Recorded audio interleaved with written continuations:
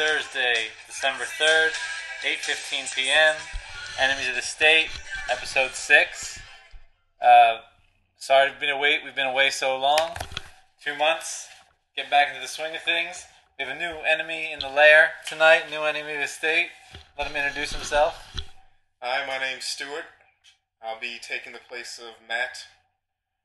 You'll get to know me better in the future. I'll be around for a while, I believe. So, been away 2 months. Lots has been happening in the world. The government has been doing more and more things. It's escalating troops in Afghanistan. A lot of Democrats who had previously been very excited about Obama's candidacy and presidency have started writing op-eds and editorials about they can't believe that Barack lost them so soon, right? They had such high hopes and he's at an all-time low for his presidency and approval rating. And quickly too, Very though. quickly, It came surprisingly quick. quickly. The honeymoon is now over officially. That's right. That is right. And I think that's the lesson you learn when you invest your hopes with the state, right? When you think that that somebody is going to protect you or do right by you, and you put this trust in it. That's exactly right. What happens is that, of course, promises are made during the campaign season, and lo and behold, people have now come to realize that it's a lot harder to follow through with these promises than initially expected. Is it harder to follow through, or the promises were disingenuous to begin with? A little bit from column A, a little bit from column B. I think a lot of people, he ran on the There's premise got to be of a hope. weight. There's got to be. It can't be a little. It's some from column A and a little bit from column B, or like a lot from column A.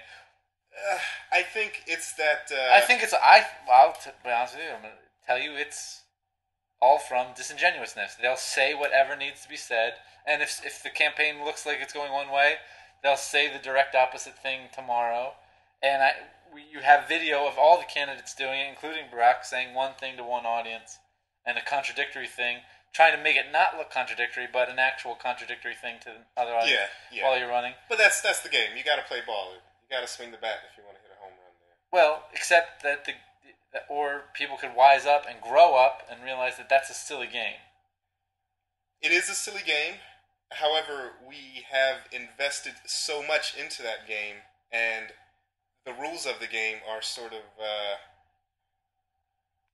I'll say, secret information to those in power, and the general public has no idea of these rules, that, we have to sort of hope that they're telling us the truth, and that's exactly what President Obama managed to run on and win on, that he had people hoping that he was going to do right by them. H.L. Mencken, the longtime writer for the Baltimore Sun, and the proto-libertarian, right? He was a libertarian before the word libertarian really existed. But he has a quote from his Notes on Democracy where he said, "The fact is that liberty, in any true sense, is a concept that lies quite beyond the reach of the inferior man's mind. He can imagine and even esteem in his way certain false forms of liberty, for example, the right to choose between two political mountebanks and to yell for the more obviously dishonest. But the reality of liberty is incomprehensible to him."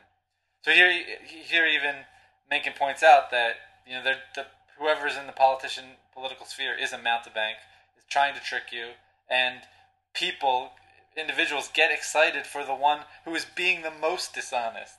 Right? It's the one who's lying to you the most the one who will shield you from the harsh truths, right? That's the one who sells you hope. Yes. Is the one who's trying to shield you from the fact that the world of scarcity exists. You have to work for everything you have. Because no one in the general public wants to hear that. Nobody wants to. Why can they not? Why do they not have what Orwell called the power of facing unpleasant truths? Right? Where did they lose that? Why did they lose it? We lost educated that. Out of them. Yes, it was the moment that these sort of children's sports leagues started, where they stopped keeping points. Yeah. And the kids at school in PE are not jumping rope.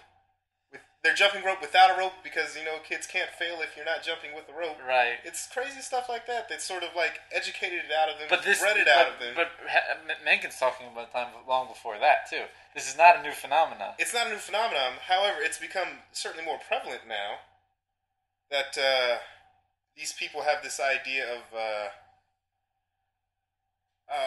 the state exists to protect me from myself and protect me from other people. So not only are they my border protector, but they're also my baby. Government issued helmets and that's exactly right. Yeah. You have now the law says you have to wear helmets when you ride your bikes, which is obviously not when we were kids. You didn't have to wear, but now soon it's gonna be like you have to walk down the street. You need your helmet. Yeah, that's exactly. Put your seatbelt on. The car won't start unless you do. Blow into this breathalyzer. The engine won't work. Put on your not just any helmet, but a government-approved helmet. Yeah, the DOT approved helmet. You gotta have that. Gotta have a little sticker on there. A little sticker makes all the difference. And so Mencken goes on to say, it's no wonder, because for genuine liberty demands of its votaries a quality that he lacks completely, and that is courage. The man who loves it must be willing to fight for it. Blood, said Jefferson, is its natural manure. More, he must be able to endure it, which is endure liberty, an even more arduous business.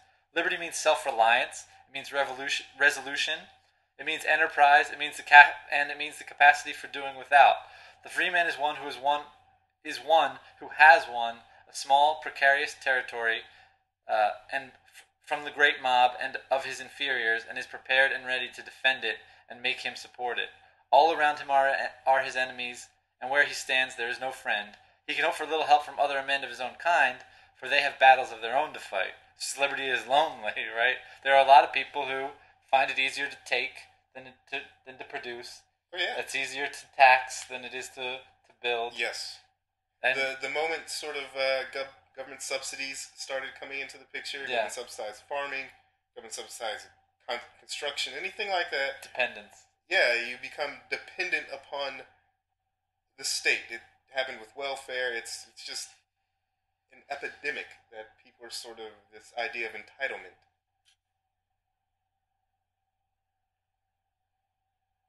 That is, the newest craze in business, and you see it, it's splashed across the pages now. They talk about it now. Businesses are no longer competing for innovative products. They're competing for a share of government stimulus money. They're trying to figure out a way to enhance their revenues by taking it from government programs rather than selling goods to consumers. That's how an economy dies, right? When it can't thrive, it can't produce, it can't adapt, it can't change. It just clamors for handouts and bailouts, and they don't think of it as bailouts. The managers of those companies are looking at a new revenue stream, right? Certain old revenue streams have dried up, and the state is that new revenue. The state loves it. They get sized for it. But you and I had talked earlier. One of the places how the state raises that revenue to pay for its spending, selling those bonds. Selling bonds. So what was the conversation you were having, and what did you? What were you trying to get at? The debate was that a lot of people couldn't understand how the United States got into so much foreign debt. Like, what were the mechanics behind that debt? How did this debt arise? Okay. The government has, for the majority of the past century, from 100 years, the trailing 100 years, the majority of the time, the state has spent more than it took in tax revenue, and it wanted to spend more than what it could earn in tax revenue, and so it had to borrow the difference. And the Treasury and the United States, through its economic power, which was a product of the free market, or the relatively free market, Industrial Revolution era, till crackdowns in the progressive era. They call it the progressive era. That's not too biased term, is it? Oh, obviously, if you don't appreciate what happened in the progressive era, what are you, retrogressive? I don't know what it is. But in the progressive era, they started to rein in these things. But the wealth was created in the relatively laissez-faire 1800s. and the United States was an economic powerhouse, and people came here, open immigration, uh, and a little bit of freedom allowed people who were in oppressed societies in Eastern Europe and Western Europe early, first on, then Eastern Europe, were able to come here and make something of themselves and create real wealth through savings and hard work and investment and capital accumulation. Imagine that, right? Arnold Kling's has two new books out. One of them is called From Poverty to Prosperity, which sort of chases, outlines that process. Why same. It's an age-old question. Adam Smith was, "What's the nature and inquiry into the nature and causes of the wealth of nations? Why are some nations rich and some nations poor? People are pretty much the same. You go talk to them; they're the same people. So what's the difference?" But anyway, people were willing to lend the United States government money because the United States government had the ability to tax a very productive and slowly wealth accumulating society. So it got a good credit rating, and the United States government was never shy about spending money. So it raised that money, and the auctions are to the public. The auctions are to to investment banks, broker dealers, some who are buying for their own accounts and some are auctions buying for resale. Auctions off of Treasury bonds. That's the United States auctions off Treasury bonds, and banks buy them, and like I said, and some of that, and not just some of that, but a large percentage of it ends up in foreign hands because foreigners have dollars that they need to do something with. Foreigners acquire dollars in trading with the United States, right? And the United States and the United States ends up with yen, and the United States people in the United States end up with all these other things. They need to do something with it. Usually, they just use it to buy goods from those countries that denominate their assets in their home currencies. But since the U.S. has been so slowly to produce goods that are viable on a foreign scale. Okay, we can talk about trade deficits at some point, but anyway, I don't think that's a problem. I think people get worried, like Apple iPods are made in China, right? They're assembled in China, but the price of an iPod, the value of an iPod, goes right to California, right? 70% of the price ends up in California for the intellectual property, for the design of it, for the building of it. Who cares who put the pieces together? So the idea that the United States doesn't make anything, like that argument for trade protectionism, falls flat. In fact, manufacturing output in the United States increases every year, but the United States manufactures machines that manufacture things. Okay. Right? We'll sell China the machine that builds all that stuff. Yeah. So that's a much more sophisticated job than producing sewing Nikes a cheap piece of plastic. Yeah. And if that's what makes it productive. But so they have dollars, they need to spend them. And the United States doesn't build consumer goods like I was saying. It builds higher order goods, which are more complex. But that's good enough. But regular individuals are not necessarily buying that. And when you're buying a complicated piece of machinery, you need to buy it once, basically, and don't need to buy it for another 5 years or 6 years until that machine breaks or becomes obsolete. So they have these dollars to do things. They invest in the United States, and it's easy enough for them to just invest in treasury bonds. They're called risk-free assets. Don't think that's the case. There's plenty of sovereign examples in history where government debt gets repudiated or the government defaults. Argentina, South America, Mexico, they're very famous for it. And European countries have defaulted on certain issues of bonds. But so anybody can buy them, and foreign governments end up owning them. It's easy enough. It's not, and it makes people worried, but I don't worry about it too much. Like I said before. Well, you brought up the point last time we were talking about this about how the debt to GDP ratio could get to a state that it would become problematic. I think 1%. I don't think the government should be able to borrow money. I don't think the government should exist. I think it's an evil institution designed by evil men to oppress other men. Right? It is the question which shall be master. Right? I mean, people sort of placate themselves with the idea that it's a democracy. We are the government, which is us all talking to each other. But that's not quite the case. ask the Salahis if it's the case. Yeah. Ask the Salahis if they think they're equal to Barack Obama today, right? Normally you're a taxpayer. You paid for that party. You paid for the entrance fee in the taxes that you paid. Now these people might be scam artists. Yeah, they were scam artists.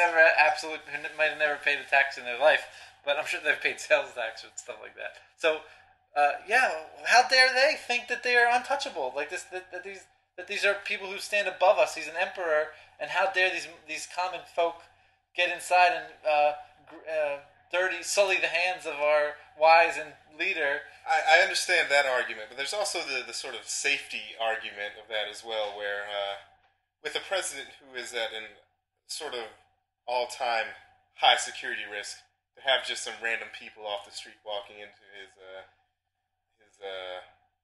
a party that he's essentially throwing at his house. It's not his house. Well, yeah, okay, it's our house, but he just happens to be living My there. point. No, but he's not just throwing a party. He's not throwing his party. He's throwing a party for their claim is that this party is a work party, right? It's a government party. It's a party to get our two countries together. That's certainly not the case. And it's not the case. It doesn't make India much more our friends because they served arugula spears or whatever at the. It doesn't make them friends. They could have worked during the day. This party was royalty, right? It was this big, massive show. It was pomp and circumstance. And look, there are people who were hungry and foreclosed on and had paid taxes all their life, and now they're not necessarily sure where their next meal is coming from, and here they are serving this, building a tent. They have a state dining room in the White House, but they need a tent to accommodate all those people with a chandelier and not just any tent. Put on a good show. But the idea that why should presidents worry about their safety? Why do presidents worry about their safety? Well, there are some sort of how can I put this? Government stability issues that would arise from a dead president. No.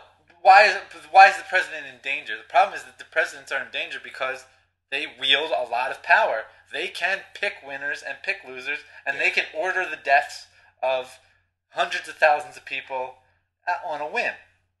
But in an ideal commercial republic, before Lincoln, who did order the deaths of hundreds of thousands of Southerners, before that, presidents didn't have security, and none of them got assassinated.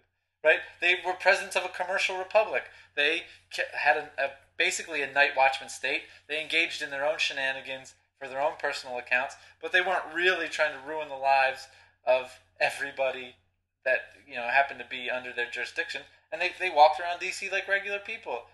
Abraham Lincoln, before the Civil War, had to walk across the street to go to the bank. He had to walk down the street. He had to interact with people, and he even had to during the Civil War. He had to interact with the troops who were, who would come up to him on the street, who were injured and mutilated in the fighting, and he had to deal with it.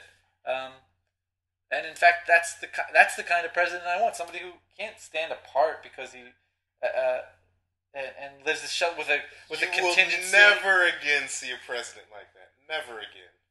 Well, no, they of course they have, but the thing that they have to do is renounce the power over life and death, right? The power to be the destroyer of worlds. the problem is the reason they're in danger is the great destroyer, is that it?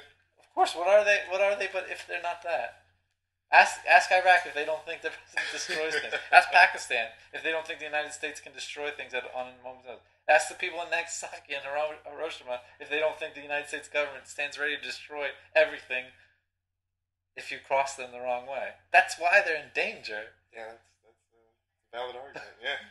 The president of a commercial republic would never be in a problem. Would never be in mortal danger. The president of a commercial republic. And why is that? Because he's not imposing his will on people, or is he that? That's exactly right. Because he has no power to affect anything. He can't change anything. The government's powers are narrowly circumscribed, as they were under the federal government's power were narrowly circumscribed, as in the Articles of Confederation. What danger does the president? He can't do anything to you, right? He just has these powers, and use the ones that were sort of specifically granted, and he can spend the rest of the day playing golf. So under that manner of state, it would be the people who are making the sort of decitions about their own lives. About their own lives. Exactly. That's a dangerous prospect. That's such a dangerous prospect. Because I don't trust people. I'm sorry, I just don't trust. But don't you trust people? Don't you trust people to know what's in there to do what's best for them? No. You don't trust them to do what's best for them. Did you see how crack decimated the black community in the 80s? People do not have a good grasp on what is good for them. They can't. Crack didn't decimate the black community by itself. No, not by itself. There were a lot of, but that was the war on drugs decimated a the big black community. Catalyst of what was happening there. Yes. But the war on drugs decimated the war on drugs, yes, yeah. This is a government problem. This is the government telling you what kinds of things you are and aren't allowed to put in your body. Sure, yeah. If in the absence of that, crack would not have ravaged anybody because crack wouldn't have been invented. Crack would have been invented. Crack was invented because it's easier to smoke. You can get a bigger high from a smaller volume. From smaller dose, yeah. But if cocaine were legal, of course, and cheap, they would prefer cocaine. You'd prefer cocaine. Yeah, I would prefer my teeth not rotting out. Exactly. You would prefer cocaine, but cocaine was too expensive, made such by the prohibition on cocaine, and so they had to they made an alternative, crack. Same with meth. You don't choose meth. You'd rather have amphetamines, but it's hard to get amphetamines expensive, so you go with methamphetamines, which cause a lot more problems, but give you a similar high. And then you got dog after you. Dog the bounty hunter. Right. Nice. He loves getting that those ice heads or whatever. Tweaks. Does he call them tweaks? Something like that. No, of course, it's the war on drugs. And of course, what would pharmacists... The guy who would be like the most celebrated hero in the world of where governments decided to not tell you what you could and couldn't put in your body. Somebody right now would be in a lab. It would probably already be done, but figure out how to give you an LSD acid trip that only lasted like an hour and didn't linger when you were coming down. Or it was an LSD acid trip that was like call on demand, Yeah, like make it come, make it go. You could do it on your lunch hour, and you could just see some pretty colors and awesome images, and then you're back. My point is that innovation would occur where it's legal to trade in these things, and to protect the consumer. It doesn't do anybody any favors when communities are decimated. It doesn't do businessmen any favors when communities are decimated. It does a favor to the police force, who gets to lock up more people. It does a thing to prison guards unions, who now have to hire and build more prisons and hire more union members. It does things for them. It does things for politicians because they get to look tough on crime. Except you're making criminals. I understand that argument. However, I just don't think it's in the best interest of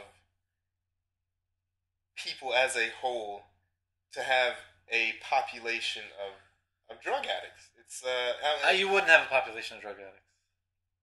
My point is, I love doing drugs, but I don't do any drugs anymore. You just grow out of it.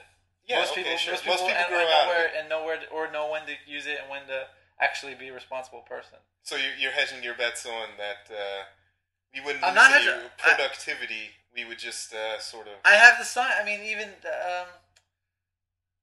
the Alcohol Council, this National Alcohol Association, not the people who are addiction counselors, are now doing the work and showing that the Alcoholics Anonymous, if once you're an alcoholic, you're always an alcoholic, and the best defense is to never touch another drink. It doesn't work. That's the least effective method. It doesn't work. In fact, most people who had alcoholism or had the disease bad, where it was really a problem of destroying their life, most of them are 70%, something like that, were able to just go back to a normal life and treating alcohol normally, using it normally, and still being able to have an effective life. So to say that the new research is showing, you can't call this a disease anymore. It is a preference. It is people who are making a choice and then making a choice to not do it as much because they got something else that they're worried about or focused on. I think the same drugs would have the same effect. Drugs would be the same way. An addiction to me is just a very strong preference. It's a very strong preference. Your preferences change. I believe that completely. I believe that there is no addiction bug. There might be some sort of susceptibility to that kind of yeah. personality that gets upset. I love playing Assassin's Creed too. I stay up. Yeah, I love playing video Assassin's games. Creed. Yeah, but I'm not. My life isn't ruined. Yeah, that's right. It's not like those poor kids who play World of Warcraft and their parents find them dead. Like, yeah, they haven't eaten. No, they haven't eaten in like 7 days because they're on a quest. No, I don't know about that. But I know what the government is addicted to, and that's spending other people's money. Oh yeah, that's taking power from some and granting favors. Back to bonds. It's where you were telling me before, where bonds are essentially a slip of paper on a claim of the government's ability to tax the taxpayer in the future. Somebody who holds a United States bond is saying this bond has value because the United States government has the power to tax a very productive and wealthy and capital-intensive society, and that's sick to me. Right? If you want to lend me money, you're saying I'll lend Scott some money. He's a good credit risk. He works hard. He's clever. He saves his money when he can. If he can buy this thing, he'll pay me back. I'm reasonably assured he'll be able to pay me back with interest out of the fruits of his own labor. But you're not saying that with the United States government because the United States government doesn't have anything that it didn't at first appropriate from someone else. The U.S. government can't produce income. It can only not spend and tax more. That's the only. It has no sort of social. Now, so there it can be more nuanced than that because the United States actually is the largest landowner west of the Mississippi. Right there, the United States has all this land. It could sell its land and pay down some debt. I'd appreciate that. Yeah, but all those are like protected parks and that sort of stuff. Right, but that's silly. That's a silly thing for the state to be in the park business. So they should privatize that. You gotta blame Truman. No, was it Truman or Roosevelt had a big national parks movement. But the story behind that is this progressive era in making the parks. This is the classic case of the wealthy using the government to protect their vacation spots. Yes. Right? Yeah. They wanted the land around their vacation homes to remain pristine. They didn't want it to become commercially developed and then the prices to fall and be accessible to middle class income. So they said they would buy, the wealthy industrialists would buy the land around their estates, wherever their vacation areas were, and then donate that to the government for protection of the national park. You gotta protect those views, man. And so now how this middle class can come visit. Right, you can come look at the pretty area, but you can't stay here. But you can't build a house here. You can't buy a piece of this by the state doing it. So that's a case where the state power is used to block access. There's a case coming before the Supreme Court. It's Florida Panhandle area county was doing a beach renourishment project. They were resanding these beaches to prevent erosion, but the owners of the waterfront property first of all showed that there was no erosion going on. These beaches were fine, but the county was claiming that because it poured sand on top of some other sand, that now they own that sand. That's their sand. So they were effectively cutting off the waterfront owners from access to the water. And the county's position is that, well, because those beaches, when the landowners had waterfront access, they could exclude tourists and people from sitting out in front of their property. Right? They would be they could move and they would have exclusive access to the waterfront. There's easement that allowed people to cross through it. Right? Anybody was able to cross over their land, but they just couldn't sit up and sit there and stuff like that. But so the beach was just pouring sand the county was pouring sand on top of the beach, so that they could effectively say now it's public beach. Like people can actually sit here and modifying the deeds, and so the homeowners were said, well, let us pay our pro rata share for the beach renourishment. We'll pay to add the sand. If you think it's so important to put sand here, we'll pay for it to maintain our portion of the waterfront. The deed that we originally bargained for. The state refused the deal, or the county refused the deal. So you knew what they were up to at that point, Of course, right? it was pure shenanigans. They want that land. It was pure pour sand on some top of some other sand, and now say, "Oh, that's my sand." Yeah, that's totally my I'm going to pour a truck full of dirt in your backyard. It's going to the Supreme Court.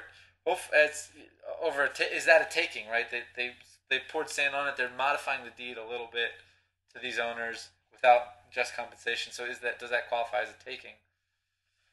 Clarify what's a taking. Well, eminent domain. In the Bill of Rights, it says that you can't. That eminent domain is a power that the government has, but it can't take it without just giving the owner just compensation. And it says it has to be taken for a public use, and the owner has to be given just compensation. So before this case, the latest Supreme Court decision around eminent domain was Kelo versus New London, Connecticut, which was the property was condemned by the city of New London, Connecticut, to make way for a Pfizer development or extending the Pfizer campus, so the corporate headquarters, which is clearly not necessarily public use, but they'd say, well, if Pfizer expands, economy somehow, right? The county will be able to get more tax revenue out of the Pfizer, and then therefore be able to expand public services. And the Supreme Court upheld that said Pfizer could take that property, and they condemned it. And the karma or the natural sense is the fact this last month, November, Pfizer announced it's pulling out of that area. They're closing up the whole shop. They never developed anything there, and they fired like 2,500 employees. They're moving them to another part of Connecticut. So they gave this land. They took homeowners, people who loved living there, and forced them out. And now they're not building. And now there'll be nothing there. Oh fuck! It's right. So maybe they can undo some damage by pointing out that yes, this counts as a taking, but and just having the Supreme Court call shenanigans on this. But what we've talked about in the podcast before is the fact that the Supreme Court is a branch of government. Sometimes they do check the power of government, sometimes, but the vast trend is to approve aggrandizement for the government. Right? They always approve of whatever it is the government position is in these cases.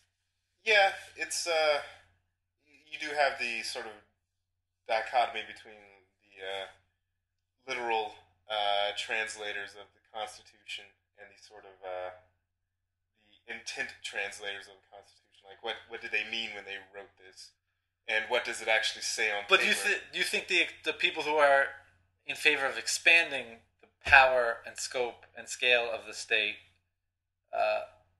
are really talking about the intent of the framers?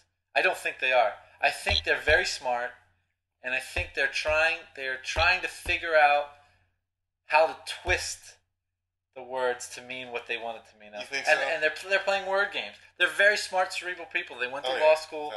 They love word games. That's what the law is. It's saying, did you say the right words? And so they are twisting. They try to twist the words. Their opinions are pages and pages and pages long to try and justify their position. When any regular person who had a semi decent grasp of the English language would say that doesn't mean that. You'd have to be really, really smart to get those kinds of rulings out of those kinds of words. But like you said in a previous podcast, there is this sort of bureaucratic tease that comes with the law lingo, where you have to go through law school to understand what's happening there. There are terms there that are exclusive to law. Sure. Which they don't occur in outside of. But I think the Constitution was pretty careful. But maybe habeas corpus and writ of. Maybe. But there's some of that, but that's not too. It's not written out so far out of the grasp of an college educated. Well, some of our college educated people today. What else is in the news that's 30,000 more troops to Afghanistan. 30,000 more troops. Rachel Maddow has spoken out against this escalation, right? So it's 30,000 troops to go in 2010 in a few months. which brings the total escalation of under Obama to 51,000 troops, because he already surged at 20,000 troops. And then, McChrystal asked for 40,000. So if he sends 30,000 troops, the answer is, the question is he sending 10,000 contractors? Is he sending... Yeah, there'll be support staff going with that. So it'll be something... No, I mean like Blackwater type military warfighter contractors. It'll be something more around like 35,000, 38,000. Gotta count that. I think you gotta count that. You gotta count that? I think you do. You put those checks in the boxes? Don't you have... It means you gotta pay those checks, right? They're gonna send bills. Yeah. So, and those people are gonna come back in bags too. If they... Yeah. Cemeteries are gonna have to get... Grave diggers are still going to be employed for those people who come back, unless they get blown into little pieces, in which case you don't need a grave digger. All right. So, but this is more troops than what Bush put into the Afghanistan at its height. That's true. When the Taliban was toppled, there was 2,500 American However, soldiers. it was a whole lot easier to topple it than to sort of corral it and get it out of there. It's a lot easier to sort of topple an empire than it is to like... Taliban didn't have an empire of goat herders, you mean? Yeah, an empire of goat herders. But now, like I said, you go there and you really don't know who's the enemy, who's not the enemy. They're selling U.S. Army like battle dress uniforms on the corner there. It's like... Well, I saw somewhere on one of the internets, somebody had made the thing about... because the United States Army has those scopes that they attach to their rifles that allows them to see right into the souls of their target and know if that's an Islamo-fascist jihadi or something like that.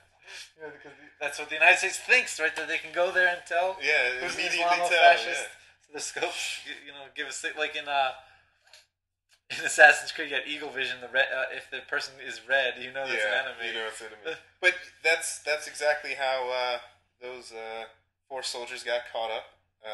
Recently, we heard about them allegedly executing a group of enemy soldiers in it was either Iraq or Afghanistan. It was Iraq. And they put them in a ditch and they just killed them because they didn't want to. They didn't want to deal with them. Yeah, because they'd taken prisoners to the detention centers before, and they'd be out in a couple months. They'd be out in a day. No, they'd be out in a day. There was new rules put in place in the army detention centers in Iraq that said you need to gather evidence so that for us to lock these people up. They were releasing the detainees if an army soldier grabbed them and said, "This guy shot at us. Here, you take care of him." They would say, "You need evidence." Right? They're trying to put a criminal justice system in place. They're trying to put a new government in place. Yeah. You need to have rules like that, right? However, but soldiers are not cops. Soldiers are not cops. They're not trained. It should be the Iraqi and the Afghanistan people patrolling their own streets, patrolling their own borders. It shouldn't be us going over and taking care of their business. Yeah, there shouldn't be a single United States citizen over there unless they're engaging in commerce or trying to set up a new life or just build a life for themselves. Doing mercenary work for the Iraqi and Afghanistan government. Well, maybe. Though I would think that even the fact that Iraq and Afghanistan were a government would be illegitimate as well. You think so? I think governments are illegitimate every time. And we know Karzai's illegitimate, right? Oh, yeah. And of course, the announcement that says, I'm committed to 30,000 troops. We're going to make sure that no threats could ever possibly emerge. Even though it's admitted Afghanistan is not a threat to us right now, could not launch an attack against the United States and its allies. We're still sending 30,000. We're going to stay there because they might one day do that. So, but in 2011, we're going to leave. Yeah. So anybody you're an Afghani thinking, well, I could join this new regime and try to build something for my country.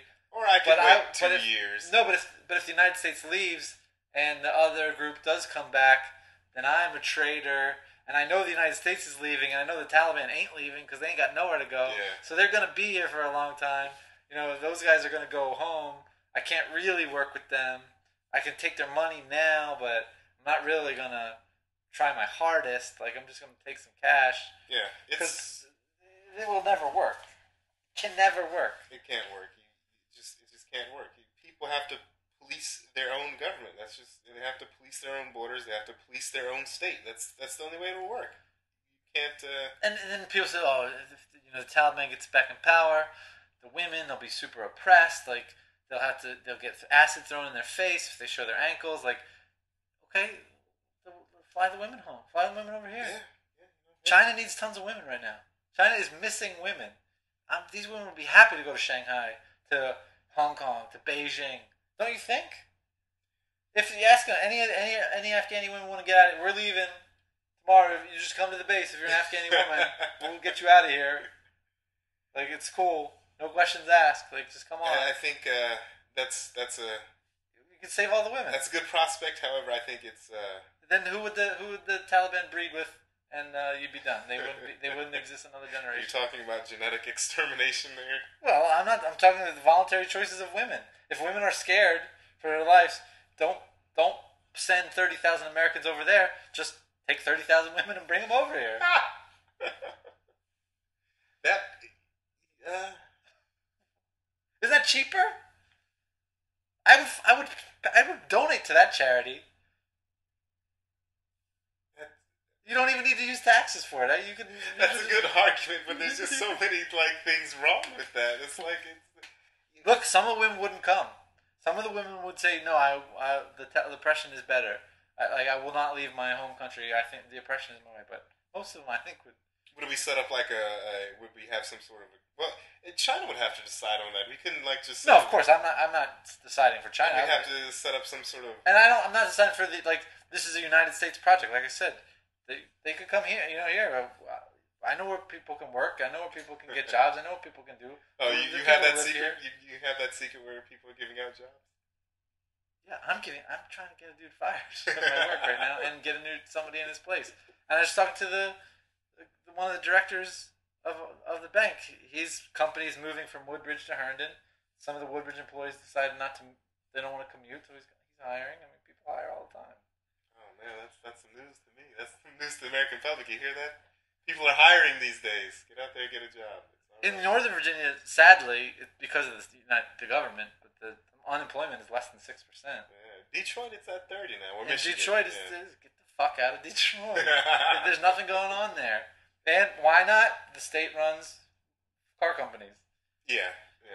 But I don't blame the state for that. I blame the poor decision-making abilities on the car company executives over the past 40 years. And at the behest of the state. What's that?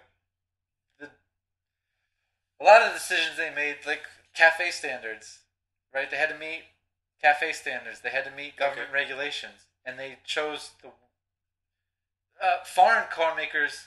A lot of times, BMW and other foreign car makers just paid the fines for cafe standards instead of engaging in these ridiculous. Did they not have the American car manufacturers not have that option? They had the option to pay the fines. The fines would have been cheaper than what they were losing on trying to sell these cars at a loss. There you go, yeah.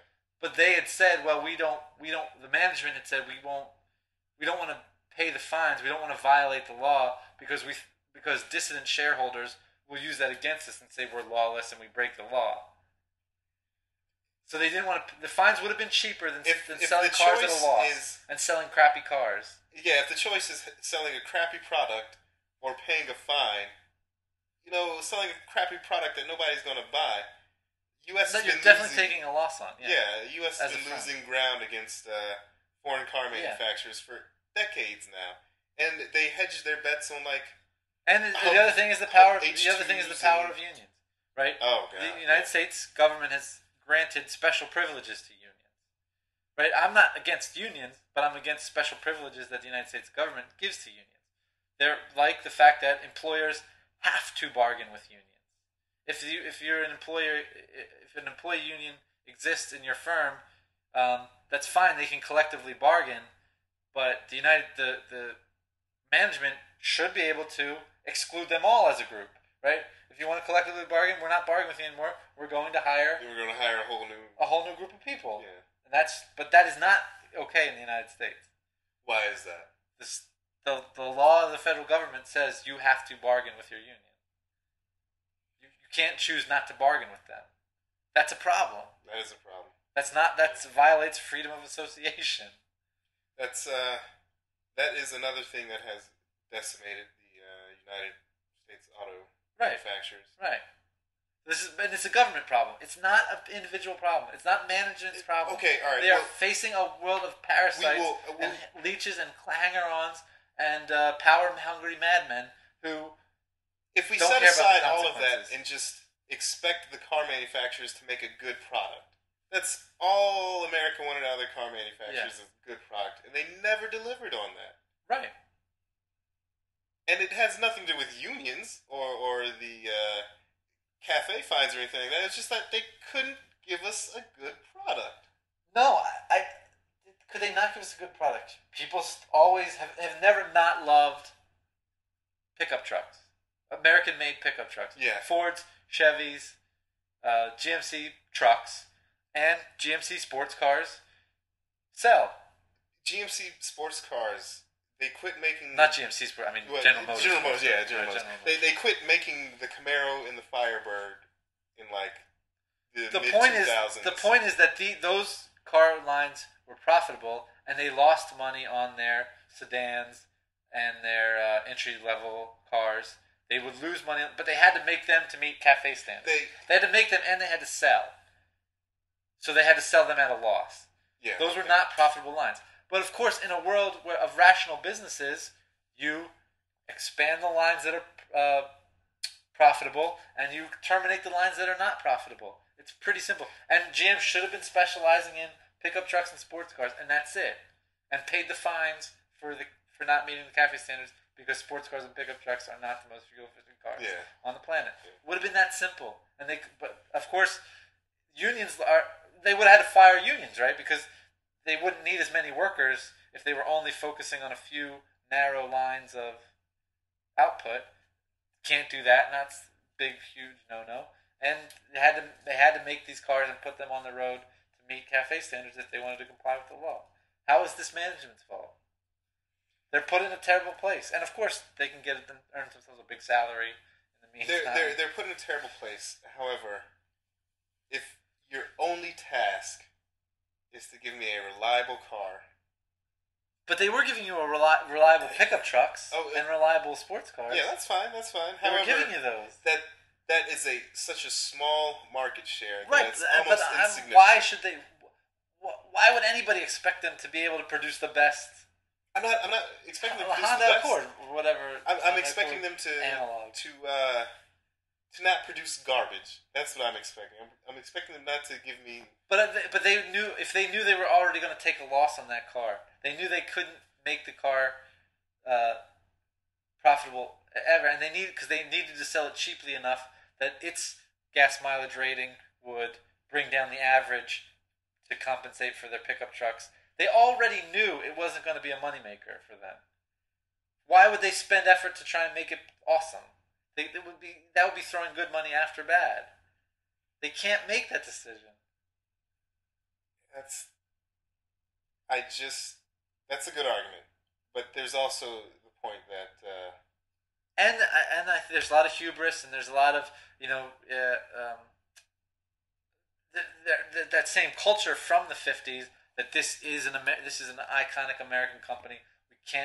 We'll never do wrong. We're the best, we're the industrial center of, and we've won World War II because we could switch to making tanks. And McNamara, who was CEO at General Motors, went to plan to be the DOD, and obviously his hubris allowed them to think that they could win Vietnam and stuff like that. But and I'm sure that carried over through the 70s and the decisions that and our pensioners will die, and it won't be a big problem. But people live longer, and medical technology got better to much to the chagrin of the shareholders. So they're under these intolerable government constraints, and the sad part is it's so pervasive. It's everywhere. It's in every product, in every business, and it's so omnipresent. But yet we can't, because it's everywhere. It doesn't look like it's anywhere. We can't see it. But one of my coworkers went to Germany. His wife is living in Germany. She's a flight attendant, and he went to Germany. And their shackles are a little different, right? Their oppressive government regulations are are very glaring because you weren't born into them and eased into them. So in Germany, they have very tight recycling restrictions by the state.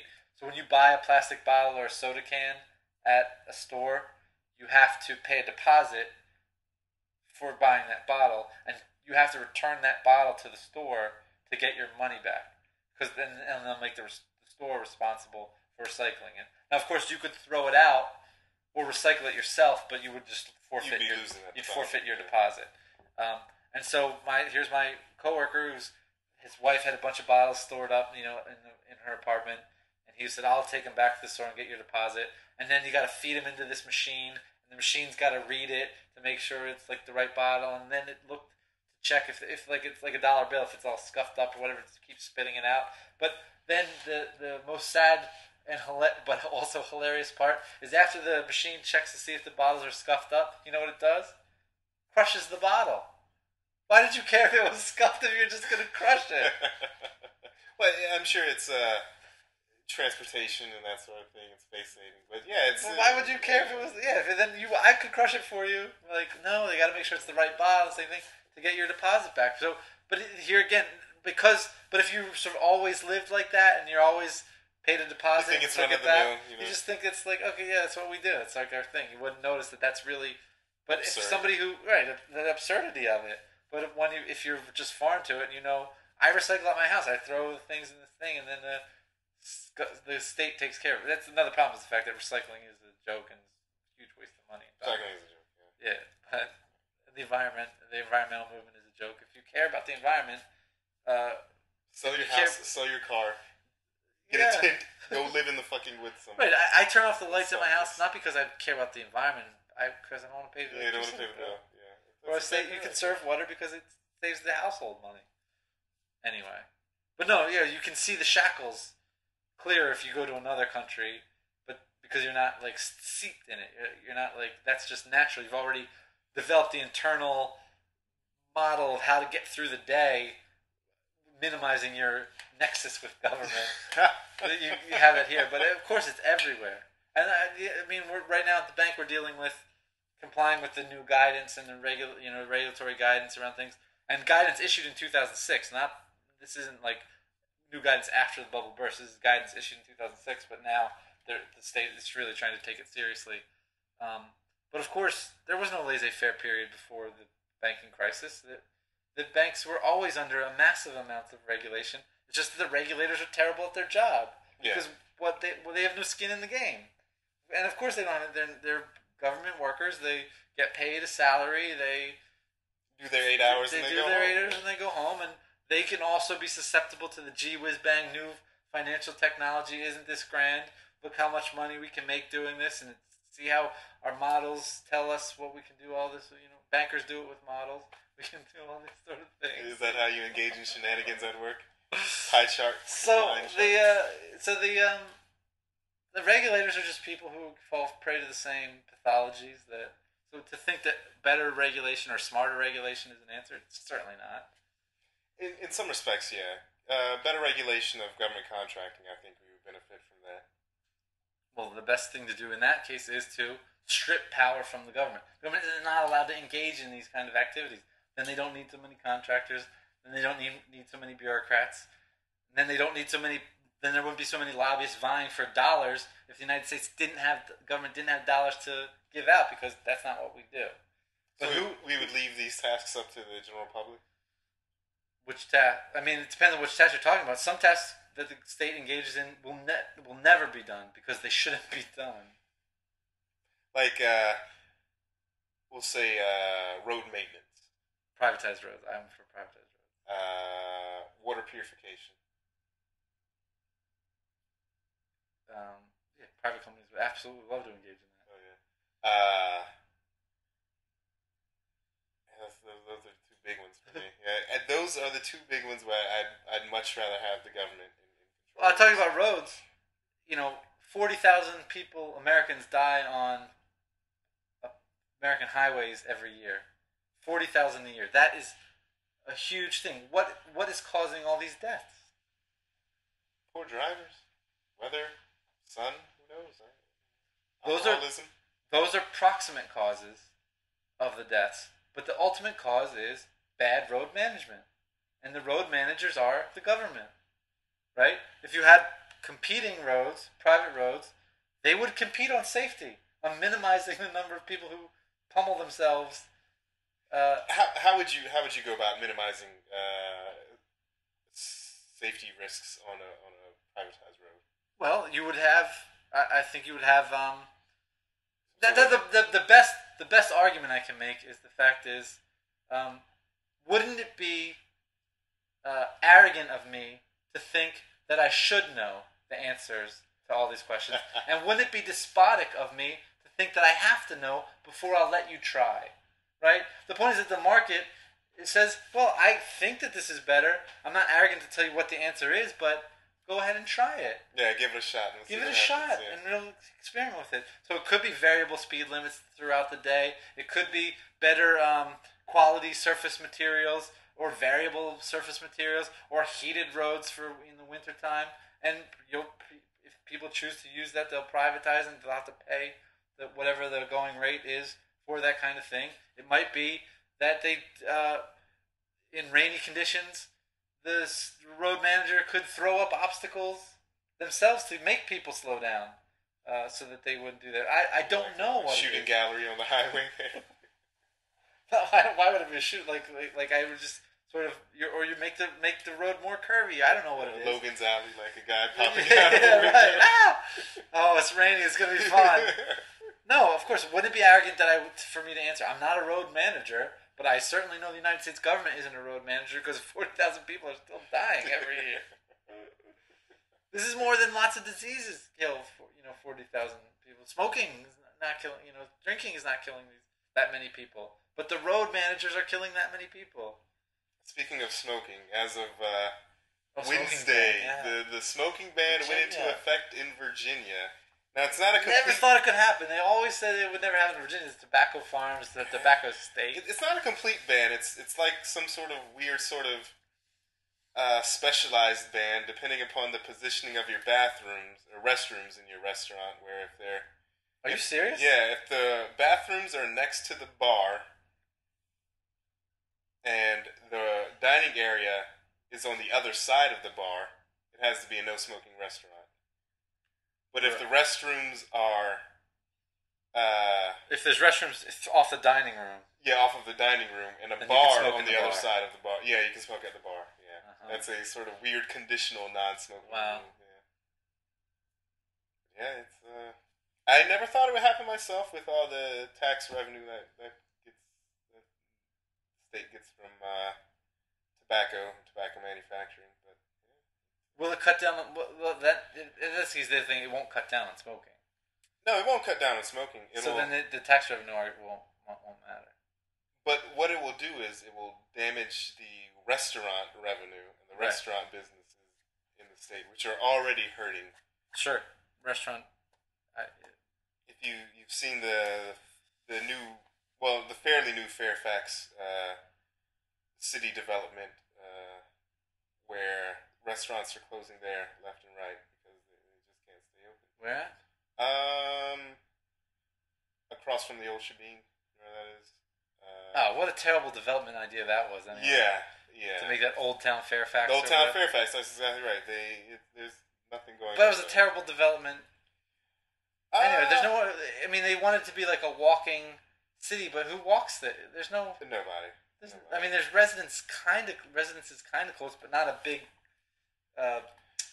concentration of the them. best thing that came out of that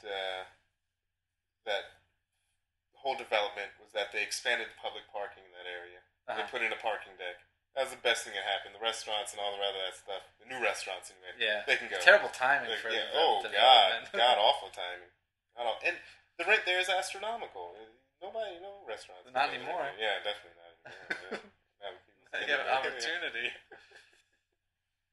I didn't think it was too small and too compact of a development, and there were already existing businesses in there that were fine. Yeah. Fairfax got greedy. That's a lot Fairfax City. Fairfax City got greedy. Yeah. That's the that was the name of the game at the time. People had money. They want to spend it. Obviously, got to develop real estate. Yeah. Commercial development will be in the big bucks. We'll get big tax revenues. Yeah, get people in there, fill these storefronts. People spend their money. Oh my God, the bubble burst. These people are leaving their storefronts. Nobody's spending their money. It's strange.